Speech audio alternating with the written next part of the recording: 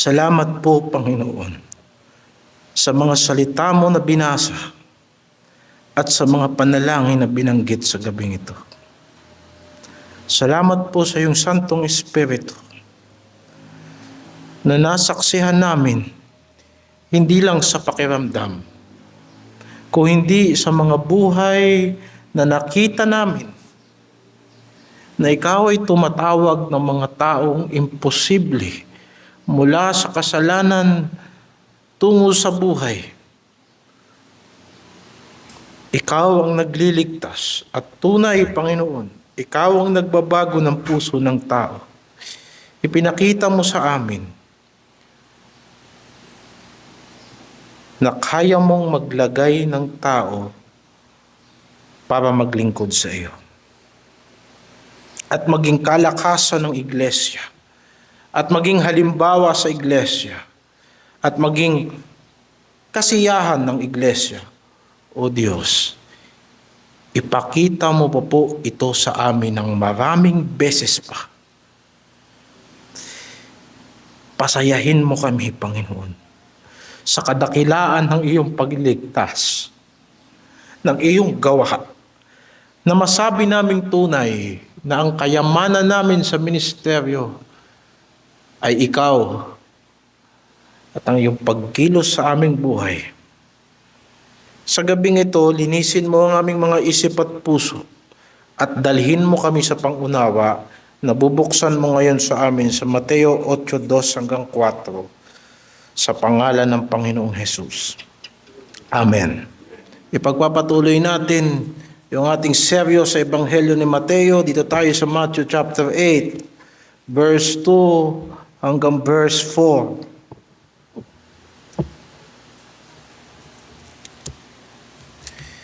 Ang kapamahalaan ng kalooban ng hari. Ang kapamahalaan ng kalooban ng hari. Verse 2. At narito, lumapit sa kanya ang isang kitongin, at siya'y sinamba na nagsasabi, Panginoon, kung ibig mo ay maaaring malinis mo ako.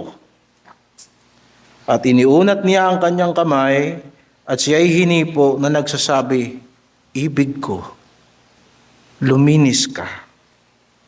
At pagdakay, nalinis ang kanyang ketong. At sinabi sa kanya ni Jesus, ingatan mong huwag sabihin kanino man, kundi humayo ka, pakita ka sa mga saserdote, at ihandog mo ang alay na ipinagutos ni Moises bilang patotoo sa kanila. Pagpalain ng Panginoon ang pagkabasa ng kanyang mga banal na salita.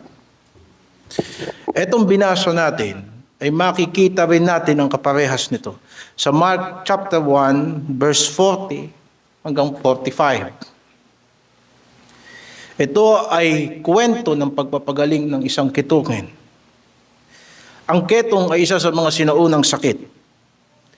Ito ay nakakahawa at ng panahong iyon ay walang kagamutan. Kung titignan natin sa Biblia, tinitignan ng mga Hudyo ang manifestasyon ng sakit na ito bilang sumpa. Ito ay paalala kung paano hinatulan ng Diyos ang Ehipto.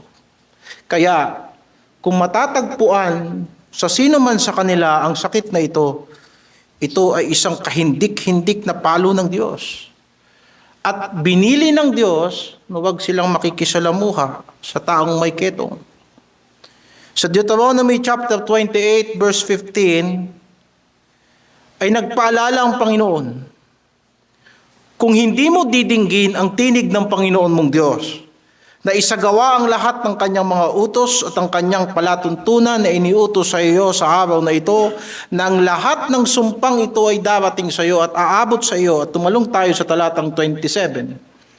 Sasalutin ka ng Panginoon ng bukol ng Ehipto at ng mga grano at ng kati at ng galis na hindi mapapagaling. Kaya, ang sakit na ketong ay binabantayang mabuti sa ilalim ng batas ni Moises.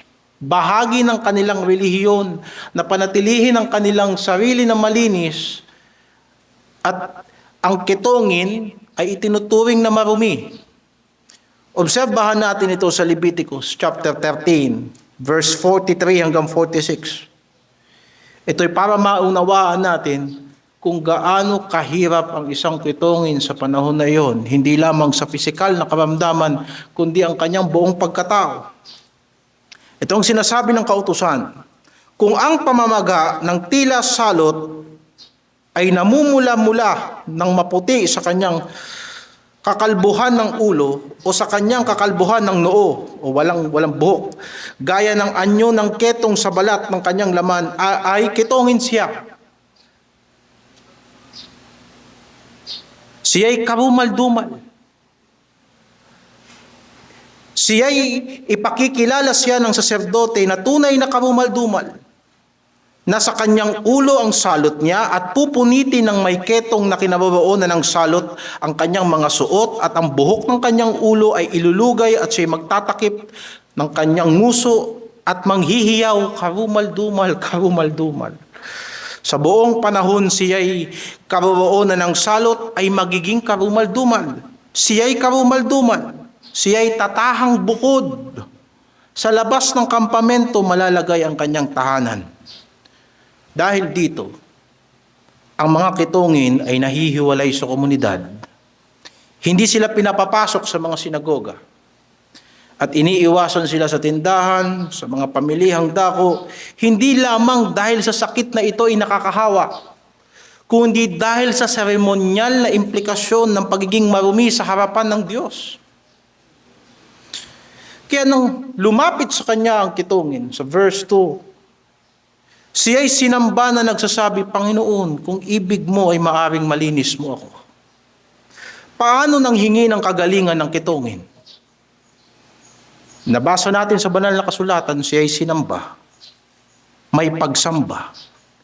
Hindi natin matitiyak, mga kapatid, kung anong uri ng pagsamba ang ipinakita ng kitungin. Sapagkat hindi yan ang intensyon ng pagkakasulat. Ang oobserbahan lamang natin kung paano siya nakiusap. Paano siya nang hingi ng kagalingan? Una ay oobserbahan natin ang kanyang pagkilala sa kabanalan ng ating Panginoong Hesukristo. Hindi natin masasabi kung kinikilala niya nga na si Hesukristo ay Diyos. Subalit masasabi natin na kanyang kinikilala ang mga himala ni Kristo. At ito ay indikasyon na ang Diyos ay sumasa kanya, kay Kristo. Ganito ang karaniwang sentimento ng mga Hudyo. Kagaya ng sentimento ni Nicodemo, nalalaman naming ikaw ay isang guro na nagbuhat sa Diyos, sapagkat walang makagagawa ng mga tanda na iyong ginagawa maliban na kung ang Diyos ay sumasa kanya. Ang pagkilalang ito ay ipinakita niya sa pagsamba. O ayon sa Ebanghelyo ni Marcos, Mark chapter 1 verse 40, lumapit sa kanya ang isang kitungin na namamanhik sa kanya at nanikluhod sa kanya, at sa kanya ay nagsasabi, kung ibig mo ay maaring malinis mo ako. Pangalawa, obserbahan natin na ang pagsambang yan, ipinakita niya ang kapamahalaan ni Kristo, ang kanyang paniniwala na si Hesukristo ay higit sa kanya, nang tinawag siya na Panginoon. Ito ay nagpapahayag ng pagpapakumbaba at pagpapasakop. Pangatlo, obserbahan natin ang kanyang paniniwala sa kapangyarihan ng kalooban ng Panginoong Hesukristo. Sinabi niya, Panginoon, kung ibig mo ay maaaring malinis mo ako. Hindi siya basta nakiusap na siya'y pagalingin, kundi kanyang binanggit ang pagnanais ng Panginoong Hesukristo. Na kinikilala niya na ang kanyang kagalingan ay nasa pagnanais ng Panginoong Hesus. At ito ay makapangyarihang pagnanais. Kahit sinong tao ay maaaring magkaroon ng pagnanais na gumaling ang kitungin. Subalit, maaaring nais natin pero wala tayong kakayanang gumawa. Wala tayong medikal na katalinuhan kung paano tutulungan ang may sakit. O kung meron tayong kakayanan, maaaring limitado ang ating kakayanan. At sa dulo ng kanyang limitasyon, kahit na magawa niya ang lahat, ang kanyang kalooban ay nag-aapoy man sa awa para matulungan ang kitongin. Sa panahong iyon, ang realidad ay ito, walang lunas para sa sakit na iyon. Kalooban lamang ng Diyos ang magpapagaling sa kanya. At yan ang mauobserbahan natin kung paano nagmakaawa ang kitongin. Ngayon, tignan naman natin sa verse 3 and verse 4. Paano nagpakita ng habag ang Panginoong Hesukristo? At iniunat niya, verse 3, iniunat niya ang kanyang kamay at siya'y hinipo na nagsasabi, ibig ko, luminis ka. At pagdakay, nalinis ang kanyang ketong. At sinabi sa kanya ni Jesus, ingatan mong huwag sabihin kanino man, kundi humayo ka, pakita ka sa saserdote at ialay mo, ihandog mo ang alay na ipinag-utos ni Moises bilang patotoo sa kanila. Ayon muli, kung ikukumpara natin sa Ebanghelyo ni Marcos, ang Panginoon ay nahabag sa kitongin. Mark chapter 1 verse 41, sa pagkaawa ay iniunat niya ang kanyang kamay at siya'y hinipo at sinabi sa kanya, ibig ko, luminis ka. Mababasa natin dito na ang kalooban ng Panginoong Hesukristo sa tao ay habag na nagpapakilos sa kanya upang gawan ng mabuti ang tao. Ang kalooban ni Kristo ay habag na kanyang hinipo at pinagaling ang kitongin. Ibinuod ni Mateo ang habag ng Panginoon para sa mga tao, kagaya ng binasa ng kapatid natin kanina, na habag siya sa kanila sapagkat pawang nangahahapis at nangangalat na gaya ng mga tupa na walang pastol. Obserbahan natin, una, na ang habag ng Panginoong Hesukristo ay pinakita niya sa kanyang gawa at salita. Hindi siya gumusto ng isang bagay at ang kanyang kagustuhan ay nanatiling pagkagusto lamang. Nang kanyang sinabing, ibig ko, gumaling ka, iniunat niya ang kanyang kamay at siya'y nagsalita ng kanyang kalooban. Ang pagiging kitongin ay isang kalunos-lunos na kalagayan. Maaring sa panahon natin ngayon ay meron ng mga gamot. Pero sa kanilang panahon, wala ka ng ibang pag-asa maliban sa mamatay. Ang kati. At dahil sa iyong sugat na nilalangaw, para kang nilalagnat habang naglalakad ka. At ang nana at ang amoy, at habang naglalakad ka, dahan-dahan kang nanghihina. At may mga parte ng katawan mo ang nag-uumpisa ng mabulok. Hindi ba't kamatayan na lang ang pag-asa ng taong kitongin? At higit sa pisikal na pakiramdam, ang taong kitongin ay kailangang mamuhay na malayo sa mga mahal sa buhay. Pandidirihan ka ng buong komunidad, walang tutulong sa'yo, walang magpapainom sa'yo, walang magpapakain sa'yo. Palalayasin ka sa buong bayan ng Diyos. Hindi siya makakapasok sa templo para sumamba. Hindi siya makakapaghandog para sa kanyang mga kasalanan. Para sa kitongin, hindi lang siya pinabayaan ng sambayanan. Para sa kanya, hindi rin siya pwedeng lumapit sa Diyos. Para siyang pinabayaan ng Diyos. Subalit iniunat ni Kristo ang kanyang kamay. Nahabag si Kristo sa kanya. Sa mahabang panahon na ang mga tao umiiwas sa kanya, merong isang nagmalasakit. Merong isang hindi nandiri. Merong isang naghangad sa kanyang kabutihan at sa unang pagkakataon, merong tao na humipo sa kanya. At ang sabi ng kitongin, Panginoon, kung ibig mo, ay maaaring malinis mo ako. At ibig ng Panginoon na malinis ang kitongin. Nabasa natin. Nadaman niya sa kanyang puso ang pagnanais niya na pagalingin ng tao. Iniunat niya ang kanyang kamay. Ipinahayag niya sa kanyang bibig. At kapag kakalooban niya, yun ang sasabihin niya. At kapag sinabi niya, yun ang gagawin niya. hindi nagkaroon ng pagtatalo ang kalooban at ang salita at ang gawa ng ating Panginoong Hesukristo. Pangalawang, obserbahan natin na ang habag ng Panginoong Hesukristo ay may kapangyarihan. Anong sinabi ng talata? At pagdakay na linis ang ketong. Dito ay pinahahayag ang kapamahalaan ng ating Panginoong Hesukristo, ng kanyang kalooban.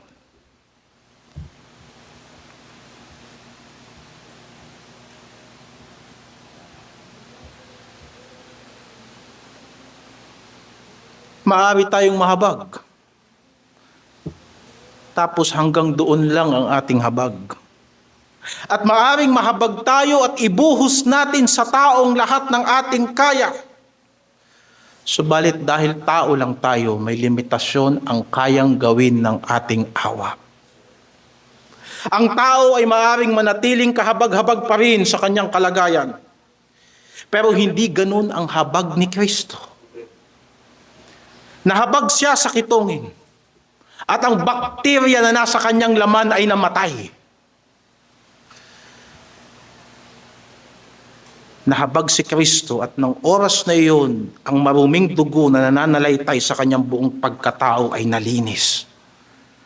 Nang nahabag si Kristo, naghilom ang sugat ng taong may sakit, nabuhay ang kanyang mga ugat, bumaba ang kanyang lagnat, at naging sariwa ang kanyang mga bulok na bahagi ng katawan. Nang nahabag si Kristo, nanumbalik ang kanyang lakas. Nahabag ang ating Panginoong Hesukristo at sa isang iglap ay nagbago ang buhay ng kitongin. Makapangyarihan ang habag ng ating Panginoong Hesukristo, sapagkat ito ay kayang magdulot ng bagong buhay. Kaya't sinabi sa kanya ng Panginoon, ingatan mong huwag sabihin kanino man, kundi humayo ka, pakita ka sa saserdote at ihandog mo ang alay na pinag-iutos ni Moises bilang patotoo sa kanila. Verse 4, bakit iniutos ng Panginoon na huwag muna ipagsabi ng kitongin yung nangyari sa kanyang himala? Sapagkat una, kailangan patunayan muna niya na magaling na siya. Maaaring walang lalapit sa kanya sa unang pagkakataon sapagkat kilala siyang may sakit. Ayon sa batas ni Moises, kailangan siyang maghandog sa templo at merong isang chapter para dyan, Leviticus 14. Binigyan niya ng utos ang dating kitongin na magpakita sa saserdote at maghandog ng alay bilang patotoo. At isa pang dahilan, ayaw ng Panginoon na yung atensyon ay mapunta sa kanyang sarili. Pero sa madaling salita, ang nais ng Panginoon ay patotoo. Nang pinagaling niya ang taong may kitongin, dating kitongin, ang nais ng Panginoon ay patotoo. Una, upang ipahayag ang muling pagkilos ng Diyos sa kanyang bayan. Nang panahong yon, ang ketong ay sakit na walang kagamutan. Ang pagpapagaling ng ketong ay noong sa panahon pa ng mga sinaunang dakilang propeta. Sa mga nag-aaral ng Lumang Tipan, naalala natin nagpagaling ng ketong si Eliseo. Pinagaling niya si Naaman. Mula kay Malakias, na huling propeta sa Lumang Tipan, 400 taon na tila na nahimik ang Diyos sa kanyang bayan. Ngayong sari-saring himala na ang kanilang naririnig at ang isang napaka-imposibleng sakit na mapagamot ay gumaling, ito ay patotoo na muling binisita ng Diyos ang kanyang bayan. Pangalawa, patotoo. Bilang patotoo na naparito ang Panginoong Hesukristo hindi para sirain ang kautusan kundi upang tuparin ito. Pangatlo, bilang patotoo na ang dating kitongin ay nakaranas nga ng himala at siya'y tunay ng magaling. Etong mga saserdote, maaaring sa unang senyales pa lamang, sintomas ng kanyang sakit, dinala na kagad siya sa saserdote. At kagaya ng binasa natin kanina sa Deuteronomy, sa Leviticus, Ang saserdote ang nagsabi, karumal-dumal, karumal-dumal, karumal-dumal. Ngayon magaling na siya. Yung saserdote na nagsabing siya'y karumal-dumal ay magpapatotoo na tunay nga na ang taong itong dating karumal-dumal ay magaling na. Dahil dito makakaharap na siya sa saserdote, makapaghahandog na sa Diyos, at pagkatapos maipahahayag na siya ay malinis at makapagsisimula na siya ulit ng bagong buhay. Tatanggapin na siya uli ng komunidad. Ang kalooban ni Kristo ay may banal na kapamahalaan at makapangyarihang habag upang magbigay ng kalinisan at bagong buhay. Ang kalooban ng ating Panginoong Hesukristo ay may kapamahalaan para linisin ang lahat ng karumihan at itatag ang paghahari ng Diyos. Ano ang mensahe nito sa atin? Ipinaliwanag natin ang banal na kasulatan. Anong mensahe nito sa atin? Ang mensaheng ito ay para hikayatin tayo na manalig tayo sa kapangyarihan ng kanyang kalooban. Ang kalooban ng Panginoong Hesukristo ay may kapangyarihang magpakilos mula sa pinakamaliit na mikrobyo hanggang sa pinakamalaking paggalaw ng kalikasan. Kapag ginusto ni Kristo, hindi pwedeng hindi mangyari. At yan ang mensahe sa atin sa hapong ito. Ang kalooban ng Panginoong Hesukristo ay may kapangyarihang nakapantay na kapangyarihan ng Diyos. Kung gugustuhin niya, maaari. Patungkol sa Diyos ay sinasabi, marapat ka o Panginoon namin at Diyos namin, na tumanggap ng kaluwalhatian at ng kapurihan at ng kapangyarihan sapagkat nilikha mo ang lahat ng bagay at dahil sa iyong kalooban ay nangagsilitaw at nangalikha. Revelation chapter 4 verse 11. Yan ang kalooban ng Diyos. Ang kapangyarihang ito ay kapangyarihan din na kay Kristo sa paglikha. Nang sinasabi ng banal na kasulatan, sa pasimula ay ang salita at ang salita ay sumasa Diyos at ang salita ay Diyos. Ito rin ng pasimula ay sumasa Diyos, ang lahat ng mga bagay ay ginawa sa pamamagitan niya. At alinman sa lahat ng ginawa ay hindi ginawa kung wala siya. Ano sinasabi ni Apostol Pablo?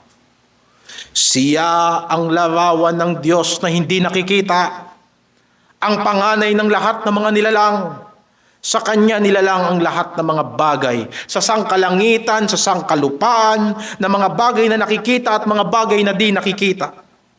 Maging mga luklukan, o mga pagsakop, o mga pamunuan, o mga kapangyarihan. Ang lahat ng mga bagay ay nilalang sa pamamagitan niya at ukol sa Kanya. At siya ay una sa lahat ng bagay. At ang lahat ng mga bagay ay nabubuhay dahil sa Kanya.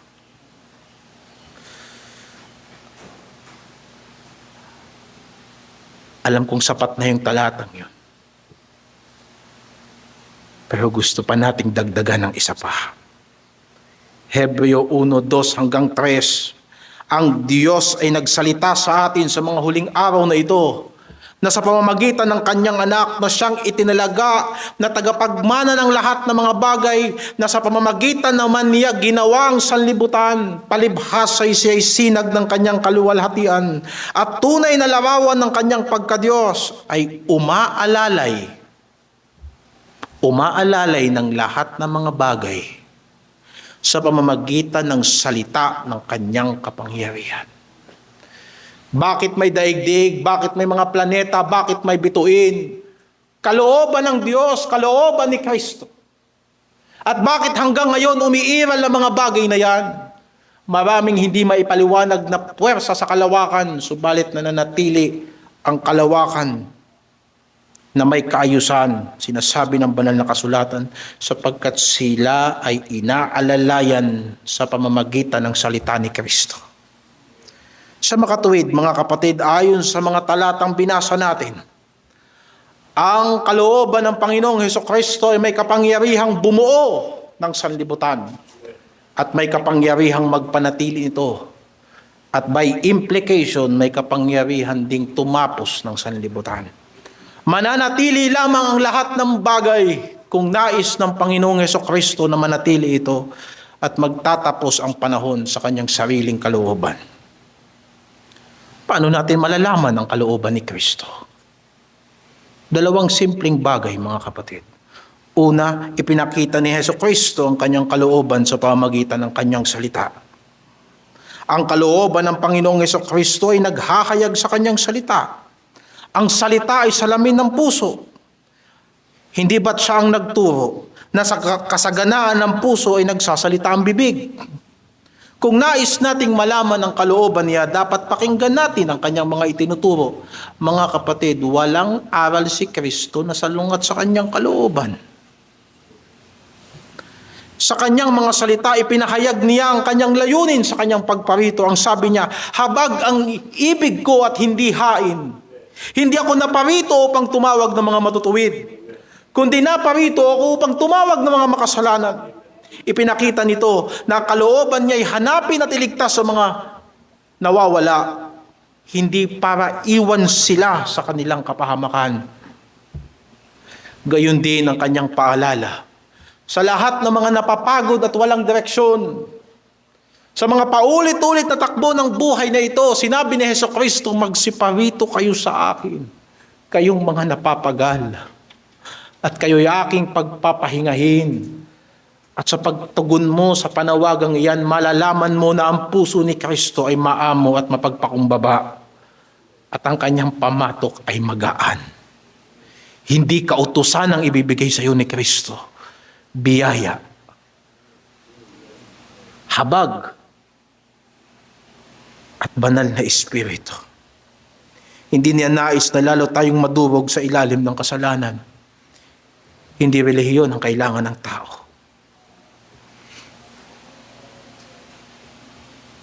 Hindi regulasyon, kundi bibigyan tayo ng tunay na kapahingahan. Kaya sa kanyang mga salita, malinaw natin makikita na ang kanyang kalooban ay banal, mabuti at puspos ng habag. Pangalawa, ipinakita ng Panginoong Hesukristo ang kanyang kalooban sa kanyang mga gawa. Hindi lamang sa salita, kundi sa gawa na hayag ang kanyang saloobin. Ang bawat niyang ginagawa ay nagpapatuloy na ang layunin niya ay ganap na magpasakop sa kalooban ng Ama. Sinabi niya sa John 6:38, ako'y bumaba na mula sa langit hindi upang gawin ang sarili kong kalooban, kundi ang kalooban niya ang nagsugo sa akin. Makikita natin ito sa kanyang buong ministeryo. Tinanggihan niya ang tukso ni Satanas. Hindi niya ginamit ang kanyang kapangyarihan para sa kanyang sariling kapakanan. At sa lahat ng bagay ay hinangad niya ang kaluguran na galing sa Diyos. Ang sukdulang halimbawa nito ay yung sinabi niya sa Getsemani, Ama, kung maaari, palipasin mo sa akin ang sabong ito. Pero huwag ang ibig ko, hindi ang kalooban ko, kundi ang kalooban mo ang masunod. Ang buhay ni Hesukristo na sumusunod sa kalooban ng Diyos, malalaman mo ang laman ng kanyang puso. Sa pamamagitan ng ganap na pagsunod ng Panginoong Hesukristo, natamo ng mga makasalanan ng katwiran sa harapan ng Diyos. Kaya nang sabihin niya sa kitongin, ibig ko luminis ka. Sapagkat sa pamamagitan ng kanyang mga sugat, tayo'y gagaling. Sa pamagitan ng kanyang pagsunod, ang tao ay mapapabuti. Sa pamagitan ng kanyang pagpapakumbaba, iaangat niya ang tao sa kanyang abang kalagayan. Hindi ito simpleng damdamin lang. Iyon ay pahayag ng banal na kalooban ng Diyos. At dahil yun ang gusto ng Diyos na mangyari, ano ang pangwakas na panawagan sa atin? Maaaring hindi tayo kitongin sa hapong ito. At hindi natin kailangang bigyan ng atensyon yung kitongin. Yun ay tauhan na ginamit lamang ng banal na Espiritu para i-demonstrate sa atin ang kapangyarihan ng kalooban ni Kristo. Ang kaugnayan natin sa Panginoong Jesucristo ay higit na dakila kaysa sa pagtanggap ng pisikal na kagalingan o material na pagpapala. Maaari kang mabuhay ng masaya, mayaman at kinikilala, pero malayo ka sa Diyos. At hindi patas ang daigdig na ito. Minsan, maaari kang mabuhay na mahirap, walang kumikilala, at puro hapis ang dinadaan mo sa buhay, pero kasama mo ang Diyos palagi. At pag ika'y namatay, susunduin ka ng mga anghel. Maraming pinagaling ang Panginoon ng panahon ng kanyang ministeryo, ngunit maraming hindi naging tunay na tagasunod ni Kristo. Sa makatuwid, hindi ibig sabihin nakakita ka ng material na kagalingan, na kaginhawaan, pisikal na pagkagaling sa iyong karamdaman ay magiging alagad ka ni Kristo. Ang pinakamahalagang gawa ng kanyang makapangyarihang kalooban ay hindi ang pagpapagaling ng katawan, kundi ang pagliligtas ng kaluluwa. Naparito ang anak ng tao upang hanapin at iligtas ang mga nawawala. Marami siyang pinagaling na bulag, pero naparito siya para hanapin ang mga nawawala. Marami siyang pinilinis na mga kitungin, pero naparito siya para hanapin ang nawawala. Marami siyang pinagaling na may lagnat, at marami siyang pinalayas na masasamang espiritu, pero nauuwi pa rin tayo sa kanyang misyon. Naparito ang anak ng Diyos para iligtas ang mga makasalanan. At nagpapasalamat ako sa Diyos, ako ang pinakamakasalanan sa kanilang lahat. Itinuturing ko ang sarili kong makasalanan at pinakamakasalanan. Para sa akin, ako na ang pinakamasama. Wala akong oras para ikumpara ang tao, ang sarili ko sa iba. Pero alam ko sa harapan ng Diyos, ilalayo ka ng ketong sa iyong kapwa-tao, pero ilalayo ka ng kasalanan sa Diyos magpakailanman. Salamat sa Diyos, meron ng gamot ang ketong ngayon. Pero nananatili na ang gamot sa kasalanan ay si Kristo pa rin. Kaya tayo ay napabilang sa kaharian ng Diyos. Hindi dahil sa ating sariling pagpapasya. Hindi dahil sa dahil sa ating lahi o hindi dahil sa ating kakayahan. Hindi rin dahil sa kaya nating piliin ng Diyos. Dahil sa totoo lang, pinipili natin yung Diyos na susustento sa ating mga makalamang pagnanasa. Pinipilan natin yung Diyos na hindi tayo sasawayin sa ating mga pamumuhay na alam natin na hindi talaga gugustuhin ng isang banal na Diyos. Tayo ay naging mga anak ng Diyos at magiging mga anak ng Diyos sa pamamagitan ng kapanganakang muli, sa pagbabago ng puso o pagbabago ng espiritu na tanging Diyos lang ang makagagawa. At ito ay bunga ng makapangyarihang kalooban ng Diyos. Anong sinasabi ng John 1:12? Ang lahat ng sa Kanya ay nagsitanggap ay pinagkalooban niya sila ng karapatan na maging mga anak ng Diyos. Sa makatuwid bagay ang mga nagsisampalataya sa Kanyang pangalan, na mga ipinanganak ni hindi sa dugo, ni sa kalooban ng laman, ni sa kalooban ng tao, kundi kalooban ng Diyos.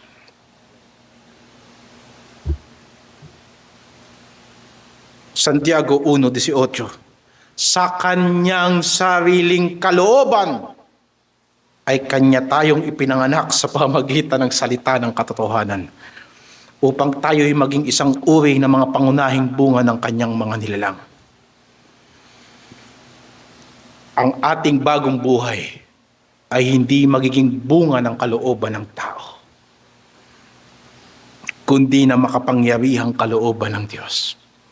Kung paanong sinabi ng Panginoong Hesukristo sa kitongin, ibig ko luminis ka. Gayon din sa makasalanan ay kayang sabihin ni Kristo, ibig ko maging anak ka ng Diyos. Ibig ko magkaroon ka ng bagong buhay. Ibig ko magkaroon ka ng kapatawaran. Ibig ko na manahan sa iyo ang banal na Espiritu. At siguradong kung gusto ni Kristo yan, mangyayari yan. At ang kanyang kalooban ay hindi nabibigo. Hindi niya lang tayo nais bigyan ng bagong buhay. Pangangalagaan niya rin tayo hanggang sa maabot natin sa kanyang muling pagbabalik ay manatili tayo sa kanya.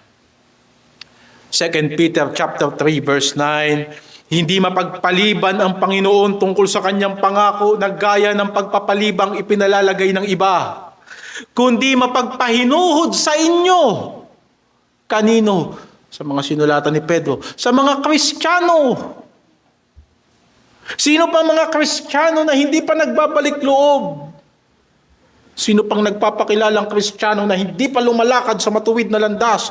Nagpapahinuhod ang Diyos. Bakit? Sapagkat hindi niya ibig ng sinuman sa inyo ay mapahamak. Kundi lahat ay magsipagsisi. Kaya naghihintay ang Panginoon sa inyo na mga Kristiyano kayo na hindi kayo naglilingkod sa Kanya. Na hindi kayo nagtatapat sa Kanya, nagpapahinuhod ang Diyos.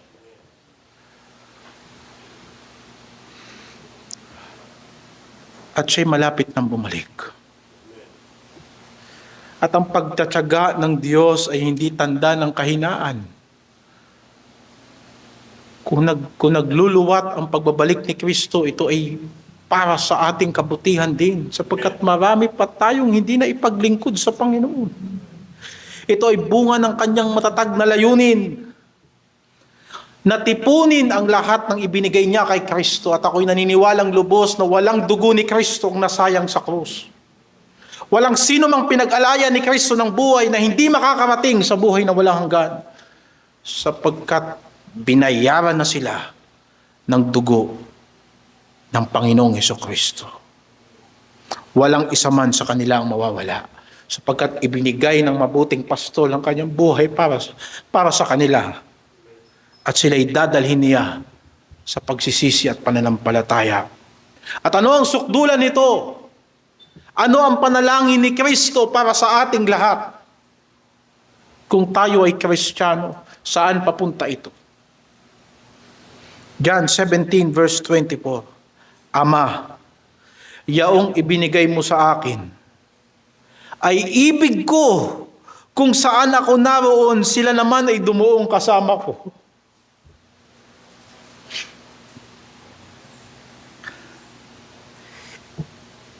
Nakita nyo ba yung dasal na yan? Ipinagdasal ni Kristo sa Diyos ng lahat ng nasa Kanya.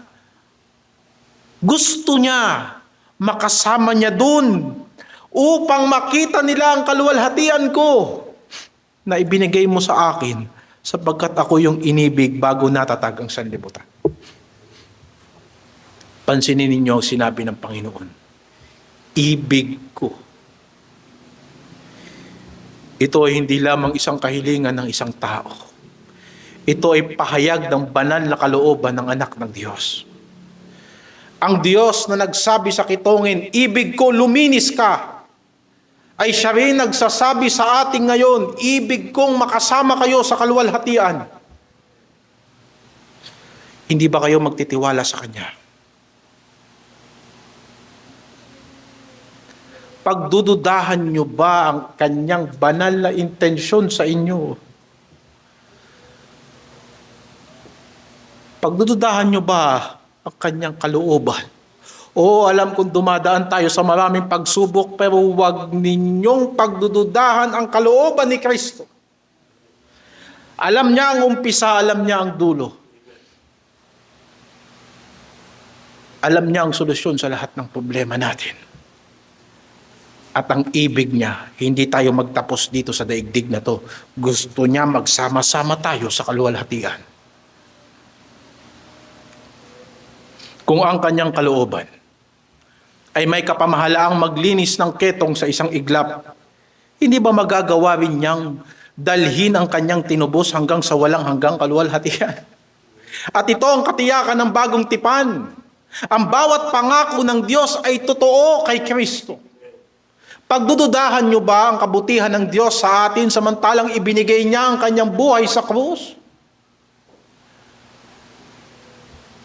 Siya na hindi nagkasala ay namatay para sa ating mga makasalanan upang tayo ay madala niya sa Diyos. At kung namatay si Kristo para sa atin, tayo ay sa Diyos. At gusto niyang manatili tayo dyan. Pinagtibay niya ito ng kanyang dugo, ang bawat pangako ng bagong tipan. Hindi ito nakasalalay sa ating kakayanan. Ang kailangan natin magpasakop sa kanyang kalooban, sapagkat ang kanyang kalooban na hindi mabibigo. Alalahanin ninyo ang pangako ng Diyos sa bagong tipan, na ako ay magwiwisik ng malinis na tubig sa inyo at kayo ay magiging malinis. Ang buo ninyong karumihan at sa lahat ng inyong mga Diyos-Diyosan lilinisin ko kayo. Bibigyan ko rin kayo ng bagong puso. At lalagyan ko ang loob nyo ng bagong diwa at aking aalisin ang batong puso sa inyong katawan at aking bibigyan kayo ng pusong laman at aking ilalagay ang aking espiritu sa loob ninyo at palalakarin ko kayo ng ayon sa aking mga palatuntunan. At inyong iingatan ang aking mga kahatulan at isasagawa at kayo'y magsisitahan sa lupain na ibinigay ko sa inyo at kayo'y magiging aking bayan at ako'y magiging inyong Diyos. Kung ang mga ito'y pangakong gagawin ng Diyos sa bagong tipan, mga kapatid, hindi ba tayo malilinis? O sasabihin ninyo, hindi mo alam ang aking kanakaraan, hindi mo alam ang aking kasalanan. Hindi ka ba malilinis kung ito ang pangako ng Diyos na lilinisin ka niya? Marami kang Diyos-Diyos ang kinikilala sa buhay mo. Maraming mga bagay na mas mahalaga kay Kristo sa buhay mo ngayon na hindi mo masuko-suko sa Panginoon. Hindi niya ba kayang alisin ang Diyos-Diyosan sa inyong mga puso kung iyan ang sinasabi ng bagong tipan, na aalisin ko ang inyong mga Diyos-Diyosan? Hindi ba niya tayo kayang bigyan ng bagong puso? Napakahirap sumunod sa Diyos. Hindi ba niya sinabi sa banal na kasulatan na makasusunod tayo sa Kanya sa pamamagitan ng Kanyang banal na Espiritu? Kung Kanyang sinasabi, ilalagay ko ang aking banal na Espiritu sa loob ninyo, hindi niya ba gagawin? Upang tayo ngayon ay makalakad, hindi sa pamamagitan ng ating lakas, kundi sa pamamagitan niya, na hindi na tayo ang nabubuhay sa ating sarili, kundi si Kristo ang nabubuhay sa atin. Hindi ba natin mamanahin ang daigdig pagbalik ni Kristo? At dadalhin niya tayo sa lupain na yon na kung sinabi ng Panginoon, kung hindi totoo ang sinasabi ko sa inyo, di sana hindi ko na sinabi. Subalit sinabi pa nga sa atin ng Panginoon, ako ang daan, ang buhay at katotohanan. Walang sino man makarating sa Ama ko hindi sa pamagitan ko. Mga kapatid, hindi ba tayo makapamumuhay bilang bayan ng Diyos? Ganun ba kalakas ang hatak ng sanlibutan? Kung ang Diyos ang nagsabi, kayo'y aking magiging bayan at ako'y magiging Diyos nyo, hindi ba tayong kayang buuin ng Diyos na isang bayan para sa Kanya? Kaya ibinigay ni Kristo ang Kanyang sarili para sa atin. Napakita ang biyaya ng Diyos na may dalang kaligtasan sa lahat ng mga tao, na nagtuturo sa atin upang pagtanggi natin sa kalikuan at sa mga kahalayan ng sanlibutan ay marapat mabuhay tayong may pagpipigil at matuwid at banal sa panahong kasalukuyan ng sanlibutang ito, na hintayin yaong mapalad na pag-asa at pagpapakita ng kaluwalhatian ng ating dakilang Diyos at tagapagligtas na si Jesucristo, na siyang nagbigay ng kanyang sarili para sa atin upang tayo'y matubos niya sa lahat ng mga kasamaan at malinis niya sa kanyang sarili ang bayang masikap sa mabubuting gawa upang maging kanyang sariling pag-aari. Ang layunin ng kamatayan ni Kristo ay hindi lamang upang tayo'y patawarin, hindi lamang para magkaroon ka ng relihiyon, kundi upang tayo'y linisin, baguhin, gawing kanyang sariling bayan, maglingkod sa kanya, ialay natin ang natitira nating buhay kay Kristo. Yan ang kaligtasan. Isang bayang namumuhay sa kabanalan na naghihintay sa kanyang pagbabalik. Kagaya ng nasusulat, ang matuwid ay mabubuhay sa pananampalataya. Kaya nga mga kapatid, kung ang Panginoong Hesukristo ay nagsabi, ibig ko luminis ka, hindi lamang yun salita para sa kitongin noon. Tayong mga marurumi sa harapan ng Diyos, kailangan natin yung salita na yun, ibig ko luminis ka. Ipinapakita rin ito ang kanyang makapangyarihang kalooban para sa lahat ng tinubos. Ang nagsimula ng gawain ng biyaya sa atin ay siya ring magpapasakdal nito hanggang sa araw ng kanyang pagbabalik. Walang pangako ng bagong tipan ang mabibigo. Wala ni isang letra ng salita ni Kristo ang lilipas. Kanyang sinabi, langit at lupa ay lilipas, subalit ang salita ko ay hindi lilipas. Sapagkat ang lahat niya ito ay nakasalig sa katotohanan ito. Pag niloob ni Kristo mangyayari. Kung gusto niya, mangyayari. Sumamba tayo sa Panginoon at sabihin natin sa Kanya, Panginoon, kung ibig mo, kaya mo. Kaya mo. Kung gusto mo kong gamitin, magagamit mo ko. Gamitin mo ko, Panginoon. Walang imposible sa'yo. Gusto ko uli makakita ng himala. Gusto ko makakita ng taong maliligtas. Gusto ko makakita ng taong magigising sa katotohanan ng Ebanghelyo ni Kristo. At walang ibang makaagawa niyan. Si Kristo lang. Panginoon, kung gusto mo, magagawa mo. Kung kaya mong tawagin ng tao, hindi pwedeng hindi kanya maririnig. Patay lang ang hindi sasagot sa Diyos. Pero kung maririnig ka nila, makikita ka nila, susunod sila sa iyo. Humayo tayo mga kapatid, bilang buhay na patotoo, na kagaya ng mga kitongin, magaling na tayo ngayon. Maging buhay nawa tayong patotoo na makapangyarihang kalooban ng Panginoong Hesukristo. Yan ang salita ng Panginoon. Amen.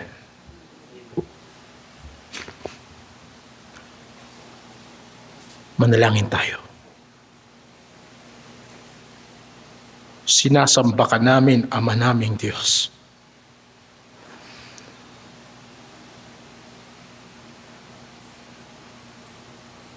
Sa pamamagitan ng salita mo, binuo mo ang langit at lupa. Napakalawak ng kalawakang ito. At kami ay buhangin lang sa kalawakang ito. Karapat-dapat ka sa kapurihan, sa pagsamba, sa respeto. Karapat-dapat kang pag-alaya ng buhay. Sapagkat kung hindi mo ginusto, wala kami rito. Hindi kami aksidente. Hindi kami bunga ng pagsabog. Deliberately, ginawa mo ang mga bagay na ito. Ikaw ang aming Diyos. Panginoon, kung gusto mo, mangyayari. Marami kaming gusto.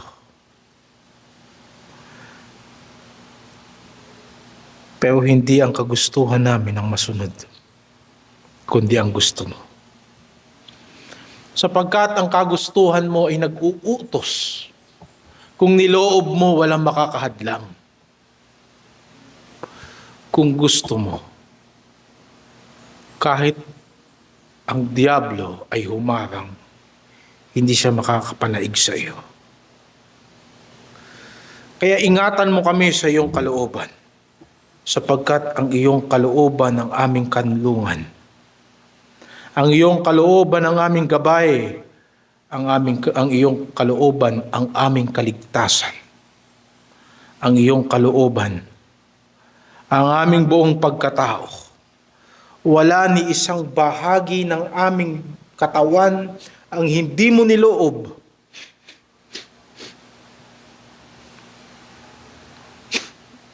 Maliban sa mga kasalanan na kami ang pumipili.